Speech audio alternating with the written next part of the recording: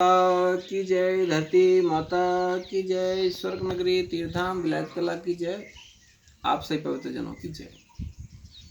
कभी आपने देखा है कि शराबी अपना घर भूल रहा हो? कितनी भी शराब पीकर आएगा वो अपने ही घर को जो है दरवाजे को खटखट करेगा। ठीक है, ऐसा क्यों होता है?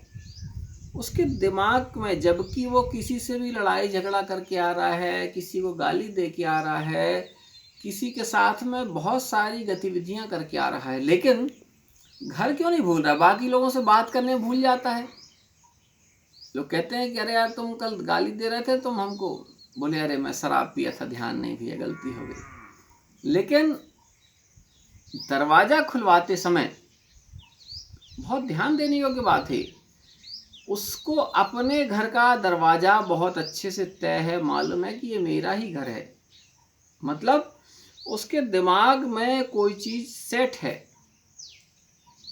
कि ये मेरा ही है, यहाँ मैं जाऊंगा तो यहाँ मुझे किसी तरह की कोई पनिशमेंट नहीं मिलेगी, कोई सजा नहीं मिलेगी। इसी तरीके से उसको बाकी चीजों में भी, ये तो शराबी की बात हो गई।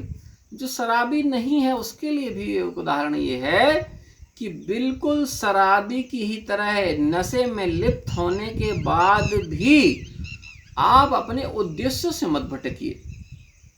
आपने जो संकल्प लिए हैं, आपके संकल्प बड़े हैं, आपके उद्देश्य बड़े होने चाहिए, आपका उद्देश्य पवित्र होना चाहिए। शराबी तो घर पहुंच गया, सो गया लड़ाई झगड़ा करके।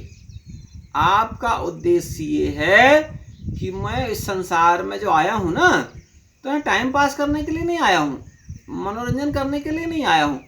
मैं इस संसार में यदि आया हूं तो मेरी वास्तव में उपयोगिता कितनी है, मैं किस उपयोग में आ रहा हूं।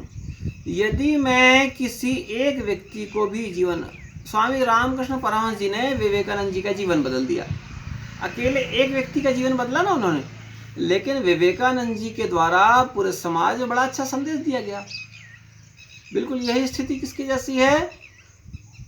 अपने बहुत सारे नेता लोग भी हैं, बहुत सारे ऐसे लोग हैं। तो हम उदाहरण के रूप में उनको लेते हैं जिन लोगों ने परिवर्तन किए हैं। विवेकानंद जी को बार बार हम लोग लेते हैं, चाणक्य को बार बार लेते हैं। चाणक्य ने चंद्रगुप्त का जीवन बदल दिया। एक चंद्रगुप्त ने पूरा इतिहास बदल दिया। चंद्रगुप्त ने कहा था कि गुरुजी ये मेरे बस की बात नहीं है, मैं तो अपने आनंद के लिए राजा बना हूं। तो चाणक्य ने कहा कि मैंने तुमको तुम्हारे सुख के लिए राजा नहीं बनाया था, मैंने तो इस प्रजा के सुख के लिए, इस भारत भूमि के रक्षा के लिए तुमको राजा बनाने का जो है दायित्व दिया था। और तुम अपने यदि सुख के लिए बनना चाहते हो तो तुम छोड़ दो, मत बनो राजा, कोई दिक्कत नहीं है। और उसी चाणक्य के शिष्य चंद्रगुप्त को बताते हैं कि अंतिम समय पर, हमने आपको बताया भी ये बात कि अंतिम समय में 40 दिन तक भूखे रहे थे चंद्रगुप्त मौर्य, बताए थे ना। तो चंद्रगुप्त मौर्य 40 दिनों तक भूखे कैसे रहे? संकल्प जागृत हो गए। एक दाना भी उन्होंने कहा नहीं खाऊंगा मैं, यदि मैं एक दाना भी खाता हूं तो मेरी प्रजा के काम में आएगा। उस समय अकाल पड़ गया था बहुत बड़ा। सोचिए, जो व्यक्ति अपने सुख के लिए राजा बनने की इच्छा थी, एक समय वो आ गया कि एक अच्छे गुरु के कारण, एक अच्छा गुरु पूरा जीवन बदल देता है। हम लोग बार बार मंत्र बोलते हैं, ओम अज्ञानतिमिरान्धस्य ज्ञानांजन शलाकया चक्षुरुन्मीलितं मिलते हैं मैंने तस्मै श्री गुरुवे नमः। मैं घोर अज्ञान के अंधकार में पैदा हुआ था, मेरे गुरु ने मेरे ज्ञान रूपी प्रकाश से मेरी आंखें खोल दी। हम लोग बोलते बहुत अच्छा है, सुनते बहुत अच्छा है, लेकिन कर नहीं पाते हैं। और जब तक हम लोग करेंगे नहीं, भूख लगी है यदि हमको, तो भोजन बना है तो भोजन करना पड़ेगा ना भैया। भोजन करे बगैर काम चलेगा क्या? भोजन किए बगैर काम नहीं चलेगा। भोजन रखा है सामने, ढेर सारा भोजन रखा है, ये पूड़ी रखी है, कचौड़ी रखी है, सब्जी रखी है, आलू बंडा रखा है, रसगुल्ला रखा है, रखे रहने दो। भूख लगी, बोले भूख लगी है, खाना पड़ेगा, चबाना पड़ेगा। इसलिए अच्छे उद्देश्य, अच्छे संकल्प लेकर चलिए। उस शराबी की भांति दिमाग को केंद्रित करिए कि मुझे अपने घर को ही पाना है।